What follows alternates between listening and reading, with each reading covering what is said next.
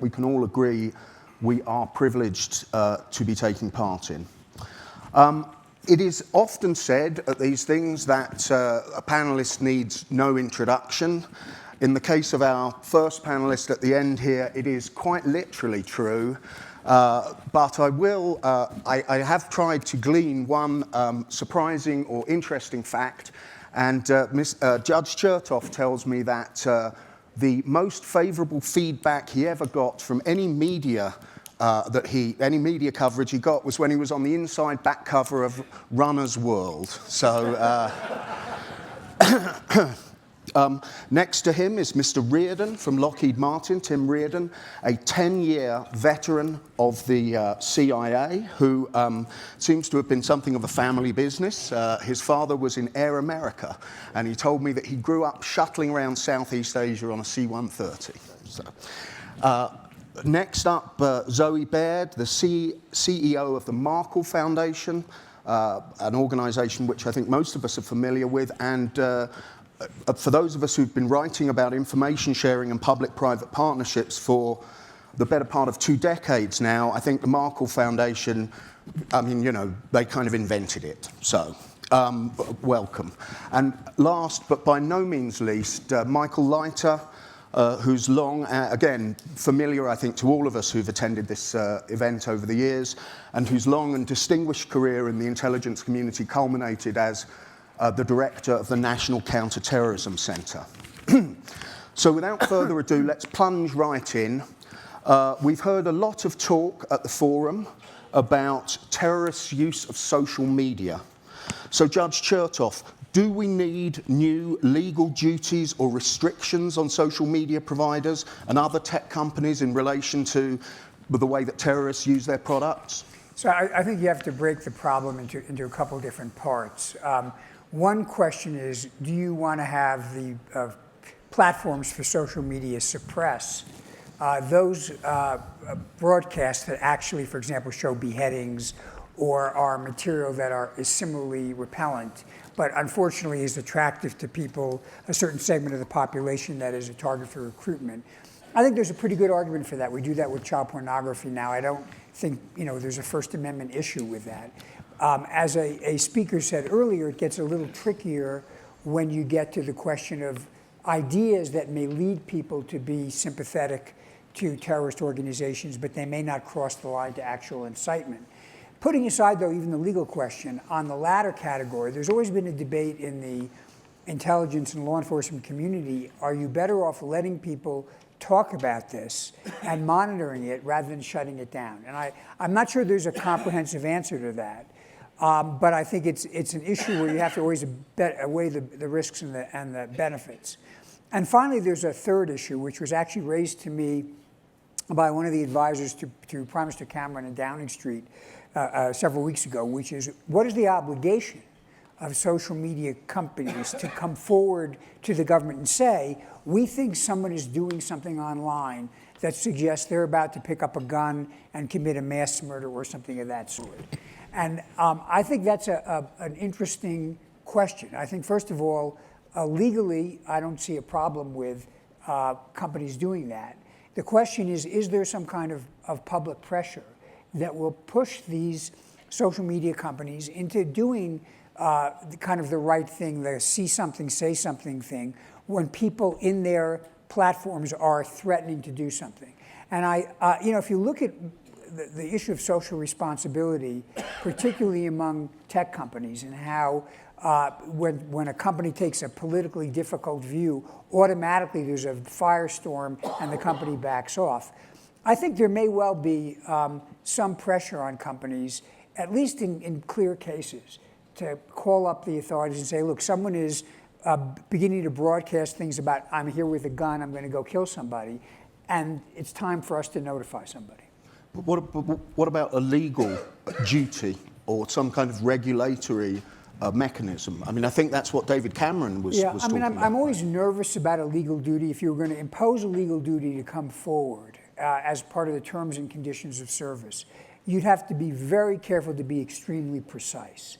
Because the one thing you don't want to do is every time somebody looks up the word jihad, to have somebody calling the authorities and say, oh, here's someone who looked up the word jihad, because you're going to then chill First Amendment rights. So this is an area where my advice, and it was my advice to the British, was go very delicately.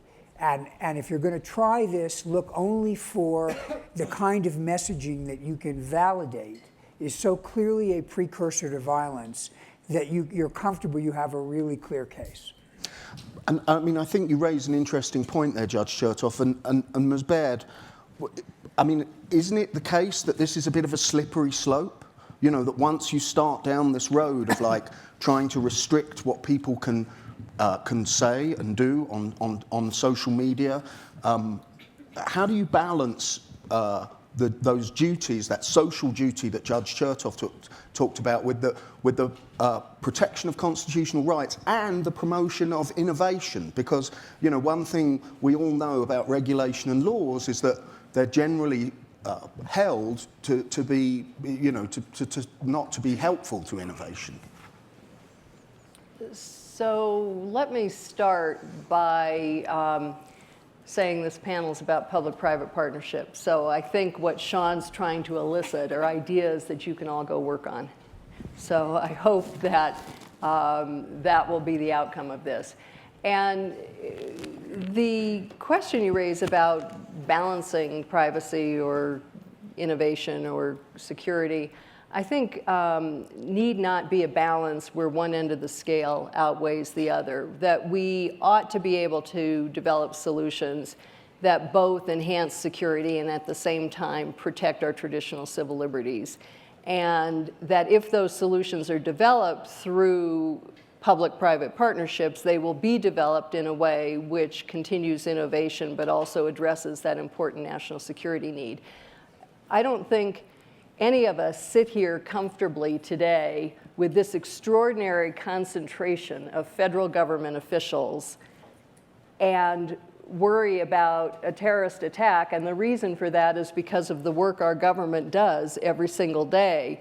So let's not kid ourselves, even as technologists and innovators, which is the world I live in as much as public policy, let's not kid ourselves that we don't need government. The other comment I'd make about this is that the technology world, when it began talking about these things, when we started in 2002 and put out the policy and technology architecture for information sharing, which has been embraced and the government has moved from a need to know to a need to share environment. All the things we take for granted now that we talk about doing better, we've done since 2002. And we've transformed government, which no one thought really the government was capable of transforming itself. I think the technology industry has to look at itself and say, since 2002, when we were talking about these issues, or before that, when the World Wide Web Consortium developed a lot of the underlying architecture for the internet, these technologies were on the peripheries. They were upstarts. They were new entrants. But now all of this is at the core of everything.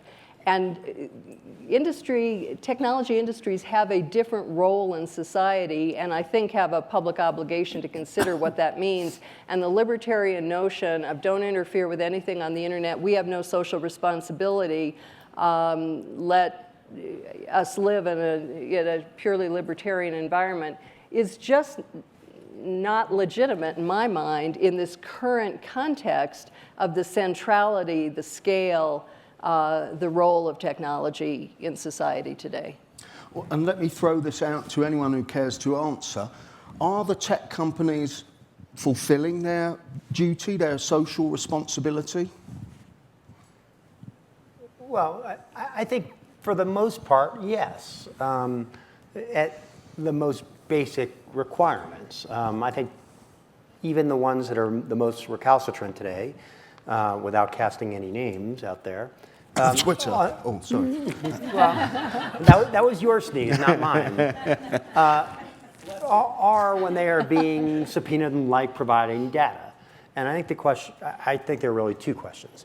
One, how far do you want to go down the regulatory or legal path to require more affirmative actions by these companies to provide data to the government? I tend to agree with Mike that it's got to be very, very narrow because of the nature of communications, the First Amendment issues, and really, to some extent, although I'm a little less concerned about this, the susceptibility towards over-regulation and disadvantaging American technology companies or their counterparts. The reason I'm a little less hesitant or a little less worried about that is because, in truth, we do that in a lot of ways to U.S. companies. U.S. companies are disadvantaged by certain U.S. laws, and they're advantaged by other laws, so it is simply a part of being a U.S. company.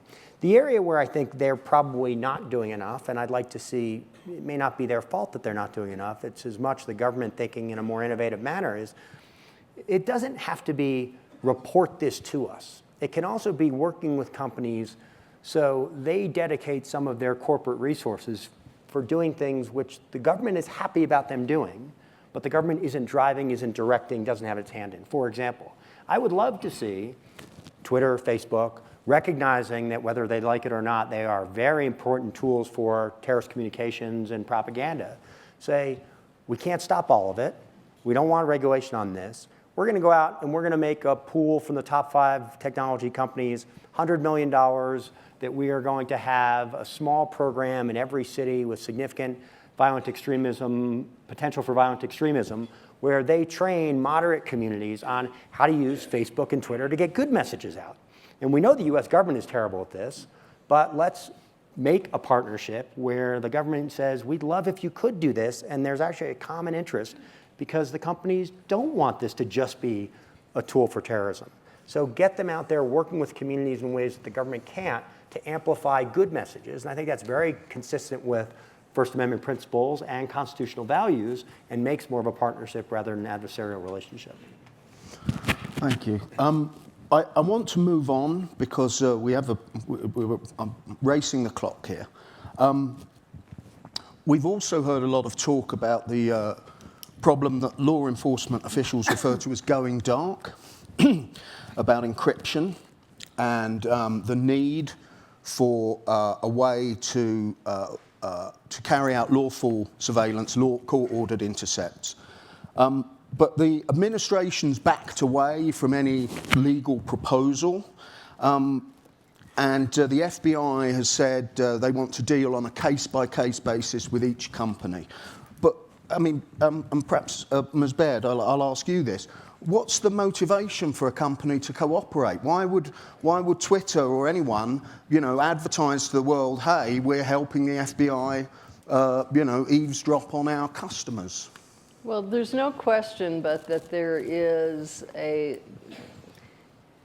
social challenge of having people trust the government, and the government hasn't done itself a great service in taking the care that would warrant trust in many cases. The care in the programs and targeting the programs, the care in protecting data. Most of the people in this room probably have had their data compromised in the OPM effort. Or your brothers and sisters have now been complaining to you that they're worried about the compromise for their own interests. So I think there is a challenge, and that the government has to step up and earn the trust. But I also think that there is a patriotism that is required of companies. And it's not just a patriotism to America, it's a patriotism to law-abiding people all over the world who believe in human rights. And I think that that patriotism should cause people to say, we are concerned about being the place that enables this kind of thing to happen. And Mike has one solution for that. And there's no question but that social media movements have pushed back on these hateful movements. And there's no question that's happened before. And we've seen the rapid transformation of public attitude around gay marriage. And there's no reason we can't push back from a societal point of view with a broad collaborative, whether it's Mike's solution or a variety of other approaches. So I don't think there's a single solution. I think the FBI directors call for companies to work with them to figure out on a company-by-company basis how to deal with encryption, and is it just the opening up of information when it's ultimately received at the end, or is there some other challenge? Is there some narrow circumstance, like a court order that enables encryption to be set aside where there's an imminent threat of death, as Mike Chertoff was talking about? I think those are things that we need to grapple with, and that we can't just say you can't interfere with commerce. I mean, what was it? One interesting sort of shift, I think, in the way that the feds have been talking about this recently is it's a balance between two kinds of security, the encryption thing, right? It's on the one hand, there's the security of the internet. Encryption is really important to that, but on the other hand, there's the security of our life off the internet, offline. Judge Chertoff, what's the balance there? How does that come out from your point of view? I'm going to take a position that is probably going to be a little surprising to people here, given the fact that I spent a lot of my career in the security area. And I want to be very clear about what the issue is here. The issue is presented assuming that there is a court order to get a communication, but it's an encrypted communication. And if there is no duplicate key or backdoor, the only people who can decrypt it are the sender and the recipient. Now, you can make them do it. The court can order them to do it. If you either can't get a hold of them or they refuse, then the question is, what is the government doing? That's the issue that they're worried about. I think that it's a mistake to require companies that are making hardware and software to build a duplicate key or backdoor, even if you hedge it with the notion that there's going to be a court order. And I say that for a number of reasons. I've given it quite a bit of thought, and I'm working with some companies in this area too.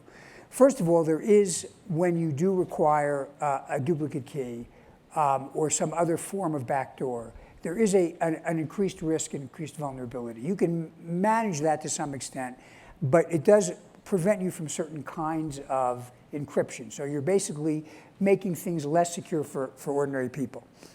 The second thing is that the really bad people are going to find apps and tools that are going to allow them to encrypt everything without a backdoor. These apps are multiplying all the time. The idea that you're going to be able to stop this, particularly given a global environment, I think is a pipe dream. So what will wind up happening is people who are legitimate actors will be taking somewhat less secure communications, and the bad guys will still not be able to be decrypted.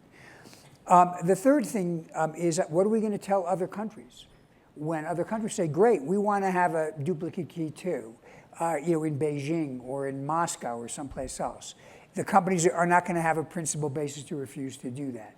So that's going to be a strategic problem for us. Finally, I guess I have a couple of overarching comments. One is, we do not historically organize our society to make it maximally easy for law enforcement, even with court orders, to get information. We often make trade-offs, and we make it more difficult. If that were not the case, then why wouldn't the government simply say all of these have to be configured so they are constantly recording everything that we say and do, and then when you get a court order, it gets turned over, and we wind up convicting ourselves. So I don't think socially we do that. I also think that experience shows we're not quite as dark sometimes as we fear we are. In the 90s, there was when encryption first became a big deal, there was a debate about a clipper chip that would be embedded in devices or whatever your communications equipment was to allow a court-ordered interception. Congress ultimately and the president did not agree to that. And from talking to people in the community afterwards, you know what? We collected more than ever. We found ways to deal with that issue. So it's a little bit of a long-winded answer. But I think on this one, strategically, requiring people to build a vulnerability may be a strategic mistake. Mr. Leiter, if I can turn to you, the other former intelligence and security official on the panel. When we spoke about this a couple of weeks ago, you were going to go away and read that report. Where did you come out? I'm close to Mike, but I'm not all the way there. Right? And I think some of his arguments, as brilliant as he is, don't quite hold water. There are lots of situations where we force companies to make a decision about where they're going to be doing business. And if you choose to do business in let's say Russia, and the Russians don't really have a rule of law, and they say, Pожалуйста, please provide me with all of your data, the company can make a choice. They can do business in Russia and comply, or they can not do business in Russia. Now, that's a pretty strong statement to basically stop American companies, but American companies may have to make that choice. They may have to make a choice, even though they're technology companies, about where they operate. I know the companies we work for make that choice all the time, and you can actually still do pretty well for your shareholders and your businesses. So I don't think all of those. But the place where I come down really is, technologically, this is a problem. And it's a problem because we are clearly going to a world where end-to-end encryption with temporary keys that disappear immediately after any communication occurs, that is the future. There is no way around that. We are not going to stop that. And because of that, for the technology issues, I don't think there is a long-term way to preserve the US government's ability to intercept or get access to those. And I also do think that societally, we have to accept that the degree to which we undermine our national security by having that back door or front door, depending on how you define it, is very real. We have seen that because of the cyber threat. So I tend to think that both technology and the balance of these probably falls on the side of, you can try to design it now, but reality is going to overtake you. And it's a funny thing that when technology and law conflict, law's not going to change that technology for long. It's going to overtake it. And you have to have a law which addresses reality and not what you hope reality will be. Can I just follow up on that? I mean, No. To what extent is the increasing ubiquity of strong end-to-end encryption offset for the intelligence and security community by the extraordinary explosion of internet-connected devices, all the data they collect? And let's face it, if someone's using WhatsApp or whatever on their cell phone, I believe that the US government can obtain a court order and put malware on that cell phone and just get the messages when they're decrypted. Right. It's a constant cat and mouse game. You get very good at intercepting one thing or obtaining things through one way, and technology and bad guys figure something out, and then you have to adjust. It turns out you find another way to do it. As you certainly said, the ubiquity of digital information makes the volume of possible information to collect massively more than it has been. All that being said, you can end up with some really dangerous lags where the bad guys figure something out and the good guys haven't quite caught up, despite the fact that you have some of the best brains in aerospace and defense in Silicon Valley working on these issues. And that area, I fear, is an area we're in now, especially related to ISIS and to some extent cyber. We're not as good at protecting things as we should be, and the bad guys are really good at stealing it. We're not as good as detecting and seeing some encrypted communications as we should be, and the good guys are using that to their advantage.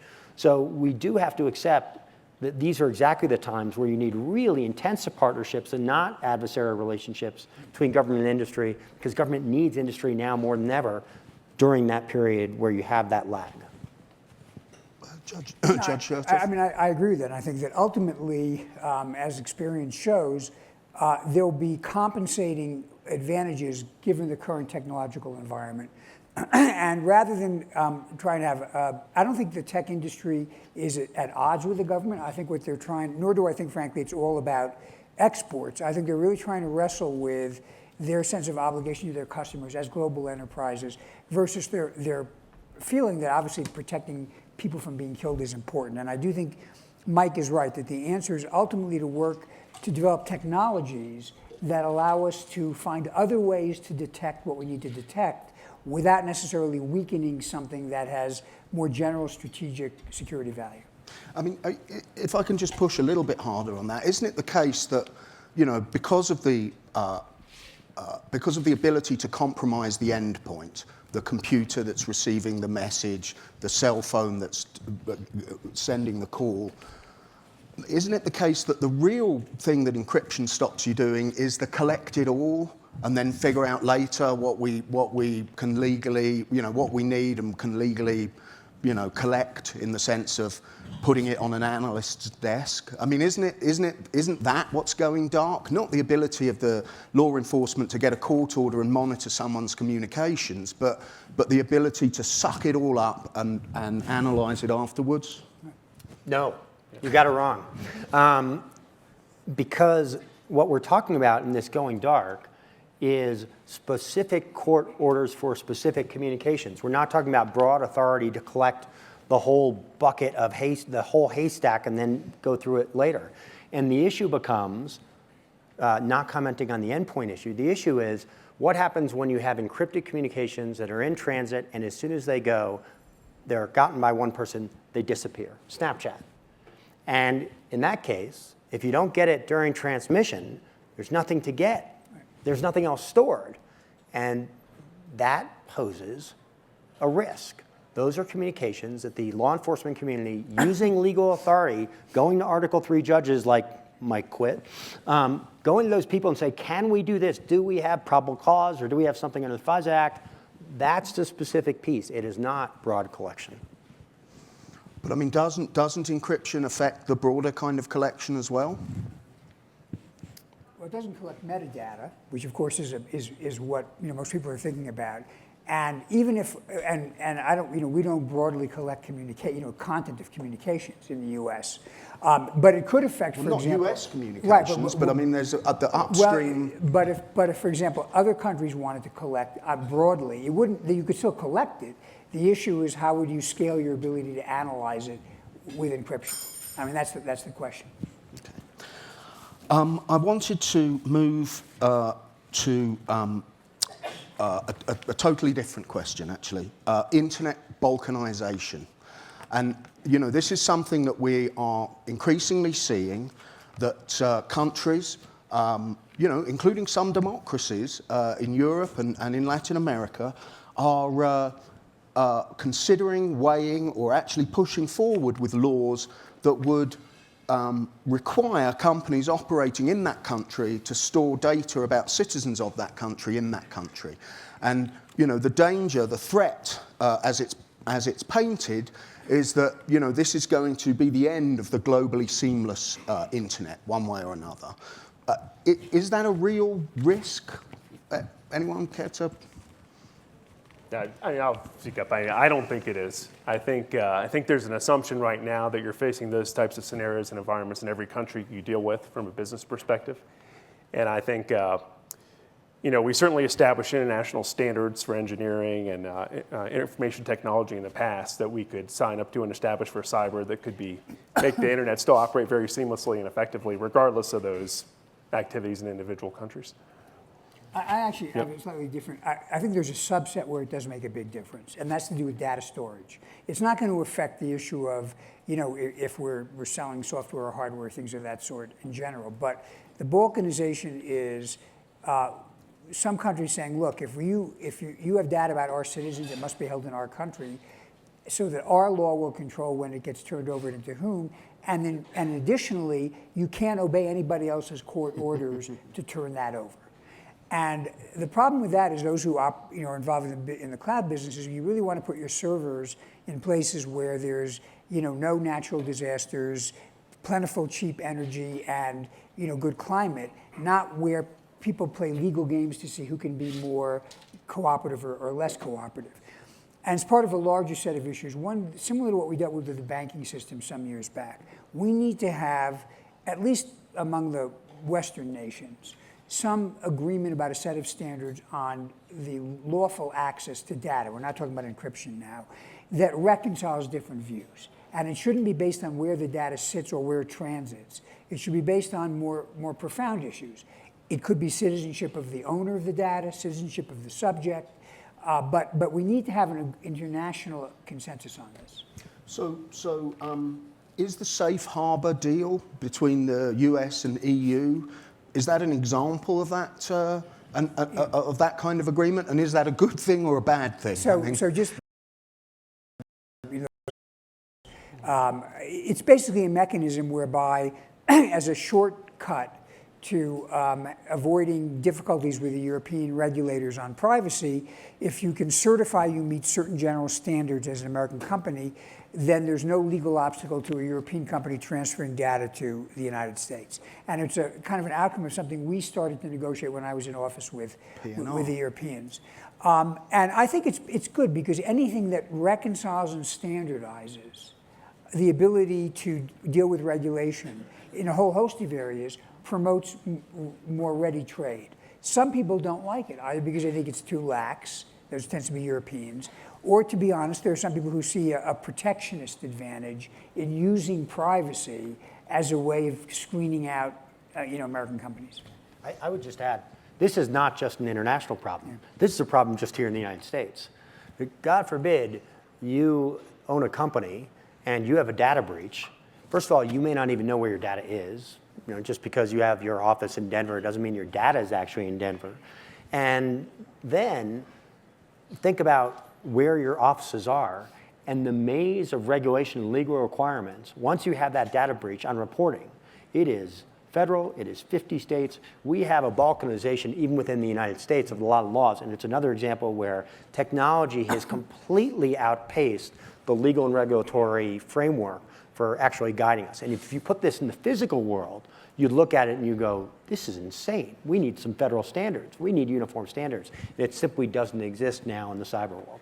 But if we can't get a nationwide data breach notification law in the United States because of the competing values and different ideas about what the notification period should be and whether it should trump state law, how on earth are we going to do this internationally? I mean, isn't it the case that the internet as we know it, as a global seamless system, was a product of something that grew and is now too important to remain like that? Governments just won't let it stay that way. Or am I being overly pessimistic? Ms. Baird, would you? Well, I think that there's nothing happening in our federal Congress, so this is maybe even the least of our problems. So I think that that's a big part of the status quo in this country. And it's very hard to have the leadership we need internationally with that being the reality here at home. So I am not optimistic. I think we've been able to reach some international agreements that have been surprising in the last couple of years. So maybe my pessimism is not warranted, but on these issues which affect Americans so directly, I think we're not likely to see federal legislation. Anyone else? In that case, I'd like to move on to the question of, I'm sorry, is that 30 left or 25 left? Okay, wonderful. Excuse me. I'd like to move on to the question of critical infrastructure protection. And this is the classic use case, right, for public-private partnership. It looks like we may actually get a bill. I mean, the Senate, as everyone on the panel probably knows, the House has already passed two information sharing bills, and there is one pending in the Senate that came out of the Intelligence Committee on a 13-1 vote. And up until now, the barrier's been finding time on the floor, and this week, I believe the Senate whip, the majority whip, put CISA, the Information Sharing Act, Cyber Security Information Sharing Act, on the look-ahead for the whip notice. So we do believe that if they manage to finish the transportation bill, we will get a bill. What the bill does, of course, is liability protection. It offers a safe harbor for companies that share cyber threat information with each other and with the government. Is that enough? Is that enough, Judge Chertoff, of an incentive? Well, I don't know. I think it's so much an incentive as it is a roadmap. So here's the problem. I think people now in companies are pretty generally aware that this is a big issue they have to deal with. But when I'm out and about, the complaint I hear the most is, well, what do I do? I mean, I could spend a gazillion dollars on this. What's enough? And we had this problem in the post 9/11 world, and Congress passed the Safety Act. And that said, if you created certain counterterrorism technologies and they met certain standards and were certified, then those technologies would have some liability protection. What you're looking to do here with this bill, and it's not a total solution, but it's a piece, is come up with a set of standards that are sufficiently general but still meaningful, that people feel, okay, if I do this, that investment will yield a quantifiable benefit in terms of reducing my risk and perhaps actually even allow me to buy insurance at a reasonable rate. So I'd say it's a necessary condition, but not a total solution to the issue in the private sector. Mr. Leiter, can I ask you, is there a role in this information sharing environment for fusion centers to look at cyber threats? So I'm always very worried when people try to model solutions for cyber security on counterterrorism solutions. I mean, there are some obvious parallels, but I really do think that the counterterrorism structure of information sharing and fusion centers and some command and control doesn't match the speed and the scale of the challenge on cybersecurity. What I mean by that is, first of all, obviously, cyber moves a lot more quickly. You can have quick pop-up threats, but cyber is constant, in real time, bytes and bytes of data going across people's networks. Second, the big difference is the private sector is very important in counterterrorism, but the big dog is still the government. The government has lots more tools, access to information, and advantages over the private sector. So it's this sort of, we'll figure stuff out and share information, you share back. Cyber is exactly the opposite. The big dog in this is the private sector, and the government has some very high-end technologies, and insight is represented by Mike Rogers and others.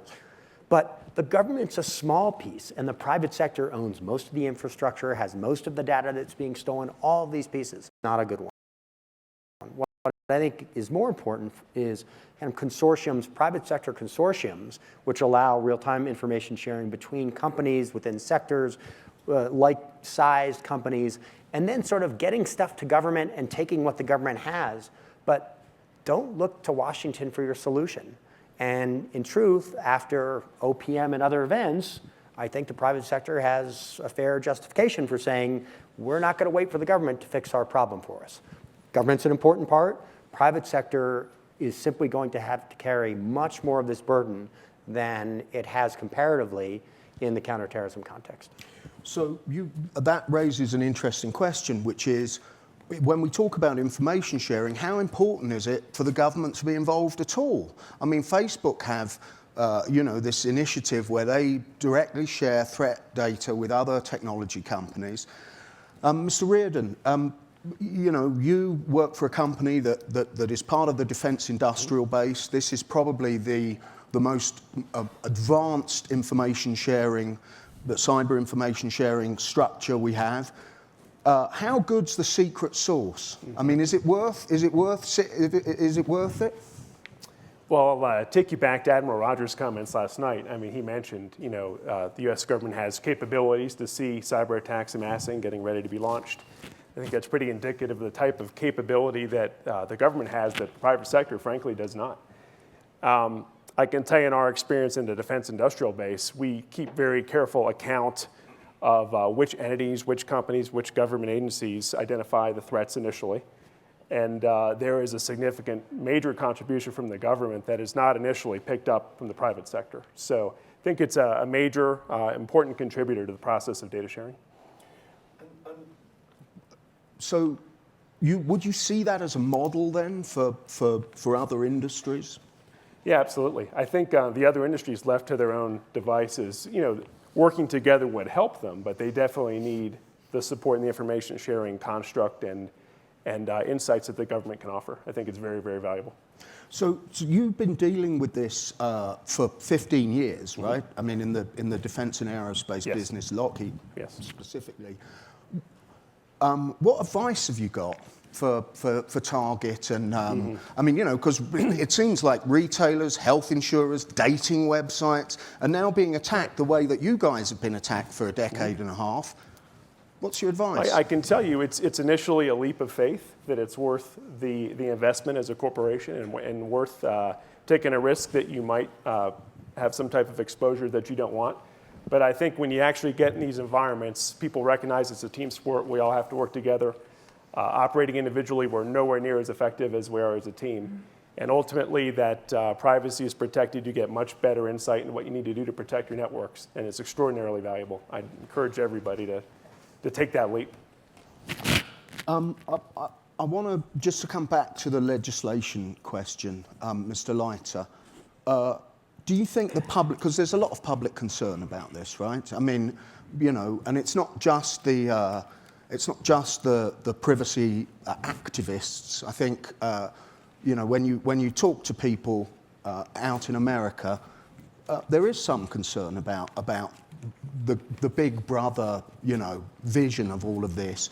Is that overblown? I mean, what kind of information are we actually talking about being shared, and how concerned should people be? Well, listen, it's a core part of our nation to have paranoia about the government doing bad things. I mean, that's why we have the Constitution set up the way we do. So it's not bad. They should be worried about it, and you set up very strict checks and balances to make sure you don't have abuses. I do think in this regard it is, I won't say it's overblown, it's misunderstood. And it's not what they're writing in their emails. We're talking about literally strings of ones and zeros that represent malignant code and the like. That's the data that the government would be reviewing. But all that being said, you still have to, again, you have to have something set up to make sure there aren't abuses. And just going to Tim's point, it's not just the government necessarily seeing information or government regulating. It's also the government saying things which are okay for the private sector to do. And we have to give credit to the Department of Justice and SEC over the past several years of clarifying law and regulation so that companies can share and not face antitrust or anti-competitive behavior concerns. So the government can do lots of things, not just by actively participating, but also saying where it won't actually intercede in a way that would be harmful of cybersecurity. A lot of this discussion, Sean, has been about internet systems and social media. But I think we're at an important point where we have an opportunity to rethink how we approach all these issues, and that's with the growing Internet of Things and sensors. And the kinds of data that will be flowing over networks is going to be dramatically transformed, whether it be people's health data, the potential for cyber attacks to affect individuals, whether it be making heavily laden cars heavily laden with computers swerve off a road and into a building, or the use of sensors and cameras all around cities and exposing that data, or turning off a pacemaker. Mm-hmm. I mean, the potential is of a whole new order, and we're way behind talking about how to address that. So security on the Internet of Things, you think, is going to provide a bit of a lever point for some of these measures? I think it gives us an opportunity, if we are aware of it and take a hold of it, to rethink everyone's role in this system. We're not just talking about the innocuous posting of what you did Saturday night on Facebook. We're talking about things that are much more profound to people's health and well-being, their expectations of privacy, not just from the government, but more broadly. I mean, generally, we've thought of privacy in this country as a right we have to protect us from government intrusion, because the government can take away our liberty through what they know. In Europe, much of the privacy thinking is very different. The government protects people against companies having their data. And that's a broad overgeneralization. But I think we're in a different moment now where the kind of information that we're talking about securing is going to be very, very different. And this is happening already. And so the conversation that we're having is really important, but it also may look quite antiquated in 5 years if we don't pay attention to what kind of data we're developing and the vulnerabilities. I want to raise one other issue on the information sharing. Judge Chertoff one of the complaints we hear from industry is that it's a bit one way. Now, Mr. Reardon, obviously all of his folks have clearances. In other sectors, not so much. What can we do to because a lot of this stuff is classified. Is it overclassified? Can we declassify some of it? Can we what can we do about that bottleneck that the classification? So two problems. One is I do think we do overclassify some things. I mean, when you looked at after the Snowden stuff, some of the legal opinions from the FISA court were declassified to a degree, and when I read them, I thought, well, I didn't see anything that was out there now that was a problem, but it would have been really good for the U.S. government if those had been put out years ago, because actually I thought they were very reassuring and well put together. So I do think we overclassify, but I think the bigger issue here is the clearance issue. I do agree.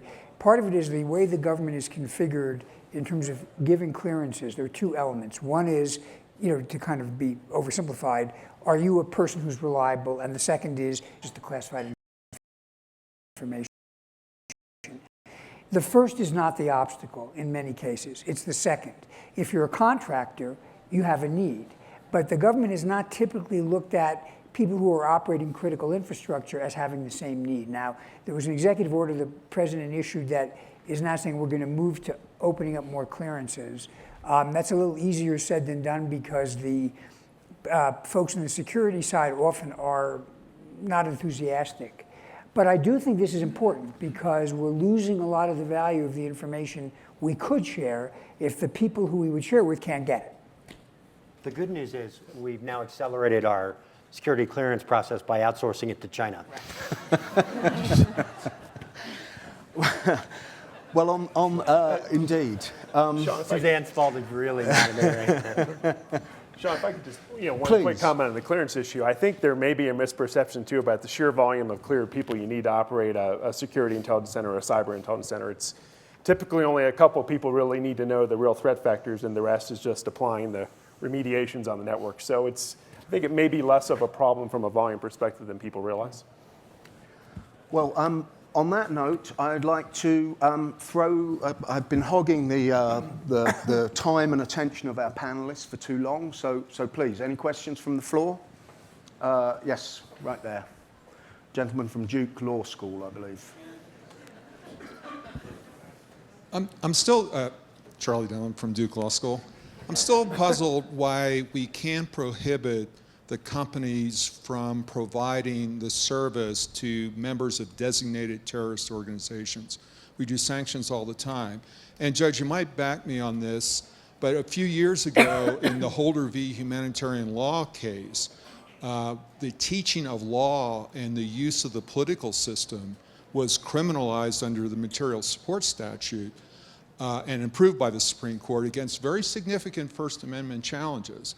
So it seems to me that there would be a technical difficulty of who is a member of a designated terrorist organization, and maybe we might want to build a statute that requires the government to say all these people are designated, in other words, providing industry with that.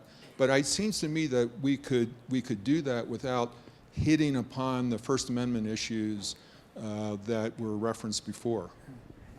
I don't think it's a First Amendment issue. I think that there are two problems with it. One is, there's an old cartoon that, and the New Yorker, two dogs sitting in front of an old-style PC, and one dog says to the other, on the internet, nobody knows you're a dog. I mean, the issue with the internet is there's no identity. There are IP addresses. So you'd have to designate an IP address, and it's so easy to move it around. I think to be practical, it wouldn't work. And then, as I said earlier, there's another issue. I mean, obviously, it's easy to say beheadings and burnings ought to be just taken down, and we do that with child pornography. But the shutdown versus monitor debate is always one that goes on in the community, and I think you have to be careful not to actually impede your intelligence collection in a way that's actually, at the end of the day, merely going to chase somebody to a different device. Yes, sir. Yeah, it's Bruce McIndoe. I hear about all this stuff and the laws and information sharing and all this great stuff. In the last census that we have, 2012, I guess we have about 7 million enterprises in the United States, payroll enterprises. The vast majority of those companies having less than 200 employees. And we always talk about we're only as strong as our weakest link. Most of those companies don't even have someone on staff that can spell cyber. How are we going to fix this? We don't have enough smart people. We don't have enough information sharing technology. We don't even have standards for these companies to say, what should I do, plug and play, that I can protect myself? That's the core of the problem, not the big guys that are out there that have tens of thousands of employees and can do this. It's the vast majority of the rest of how we drive commerce in this country. Well, it's a fantastic point and absolutely right. But when you face an overwhelming problem, what do? You prioritize. And I do think that the President's executive orders and Department of Homeland Security prioritization of sectors for critical infrastructure, identifying what those critical infrastructures are, and you build out from that. And the fact is, it's not just the mom and pops over the past 5, 7, 10 years who have had big problems on this. It's the biggest, best, smartest companies on earth. Target is about as in tune with national security, homeland security, cybersecurity, and they've had huge challenges. So you got to start with the core, you build out, and then you're going to require of those core elements, whether it's critical infrastructure in terms of finance, energy, industrial control systems, then those groups have to understand more and more, as unfortunately Target learned, where all the connective tissue is for them. And that clearly is one of their greatest vulnerabilities. And working out there, the adversary gets that. The adversary will look for that tender underbelly. And you have to push that out. But truthfully, this is like act 1 of about a 20-act play. This is, just like we said after 9/11, this is going to be a generational struggle. This is going to be at least a 5, 10, 15, 20-year struggle. And technology is going to change rapidly during that period. So we're going to think we solved it. We're going to have more immune networks. And it's going to turn out we're not as good as we think. Can I just add one thing? Because it's just even individuals have this issue. In your home, with your home computer, whatever. I hesitate to ever say the government ought to regulate something, but I do think as we get more to the Internet of Things, there may have to be some basic standards about what you have in a device that connects up to a network that are required. Because if you don't have that, the car problem, which we've all read about, people find themselves in automobiles and all of a sudden they're driving off the road. So I think without over-prescribing, so I'm really nervous about suggesting this, it may be that certain things like the ability to remotely patch or some limitations on the degree of connectivity need to be embedded in just as we don't allow adulterated food in the marketplace or unsafe automobiles or automobiles without airbags, maybe we have to have similar kinds of requirements in the architecture on the device side. Would anyone care to comment on the personnel issue? We hear a lot of talk about the pipeline. Yeah, I'm happy to talk about that. We actually have an effort going here in Colorado with Governor Hickenlooper and LinkedIn and a number of educators and others, and in Phoenix to try to help ramp up the opportunity for people to move into good middle skill jobs because of the needs in areas like cybersecurity, and there are several others. But there is a tremendous need for a strengthened cyber workforce. It's across the board. And it's a great career opportunity for us to grow our middle income jobs and enable people to increase their incomes and all the broad social needs that our presidential candidates talk about. So I think this will get a lot of attention, and you should think about in your own communities that this is an opportunity. This isn't just for people with an engineering degree. There are a huge number of potential jobs here, and companies are going hungry for the people who can fill these roles. But I think we will tackle that issue effectively. And that will also be a part of changing the social mindset about what we're dealing with here. Because if we develop broad numbers of people, young people, mid-career people who are going back to work, you know, FedEx truck drivers who want to do a job because they can't lift boxes anymore, if those folks become part of our cadre of people paying attention to cyber hygiene or whatever you want to call it, addressing these kinds of challenges, people will understand them differently. They won't be just issues of threats, and they'll be issues of ways of doing business, ways of living life. And I think that'll be an important part of addressing a lot of what we're talking about here. Yeah, Sean, I would just add that you know, we've seen significant improvement just over the last year relative to the past couple of years in the available qualified people with cyber skills. I think if you go to the Washington, D.C. area right now, just about every local university around Fort Meade and other you know, intelligence community areas has a cyber program. That just didn't exist until recently. So we're getting a strong pipeline of new people with the right skills going into the system. It's just a matter of making it a career path where they continue to grow and develop and think of it as a long-term occupation, not just a temporary fix. Can I just add one thing? Sure. And you know, it's not all dark. 5 years ago, 10 years ago, if you were a small company in Aspen, you were going to have your set of servers and you were going to have to think about patching and firewalls and the like. You now have a very robust commercial cloud environment. And the cloud doesn't solve all your security problems, but at least allows you to outsource some of that to people who really think about a cloud security marketplace where you can have things automated. So this is, you know, one of many technological developments which you hope will allow you to scale this in a much more rapid way than just one person at a time. I think one more question. Yes, sir. Mark Testoni, SAP National Security Services. One comment, might be nice if we do this forum next year to have some representation from Silicon Valley on the panel. We've talked a lot about the need for collaboration, but we don't have their voice. And then what are other things could we do? Each of you have referenced the importance of the collaboration. What could we do as government and as providers of government to better align and bring them into this discussion more directly? I would make two comments. I used to work in the Valley for 3 years, so I guess I graduated from. I would also stress that I think it's important to have collaboration across all elements of the technology sector, and whether it's Silicon Valley or it's Silicon Alley or it's aerospace and defense, which has addressed lots of these problems. You know, you want to have a government system of acquisition and programs which allow for agility. And the government is not known for great agility, and acquisition is probably the slowest part of government. So you need now to get an acquisition system within government which moves at the pace the technology moves. Because today it's going to be Bob's firewall, tomorrow it's going to be Joe's firewall, and it's going to be a very rapid set of improvement. And again, you want an acquisition system which can work quickly with Silicon Alley, aerospace and defense, potentially markets overseas, because a lot of this technological development will not just be from the US, and there are huge barriers to doing that as well. So those are the sorts of, I think, current impediments which have to be removed to keep up with this pace of technology.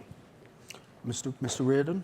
Yeah, I think you know, with the emphasis on this across the entire government, that you know, there's a risk of confusion with too many groups, too many standards, too much bureaucracy, and too many redundant reporting requirements. So that's something we're going to have to tackle to simplify the process so people feel like they're getting effective use of their time in their reporting and information sharing. I think that would be a big step forward. Well, I am getting the hook, I'm afraid, in time-honored fashion. Please join me in thanking our panel.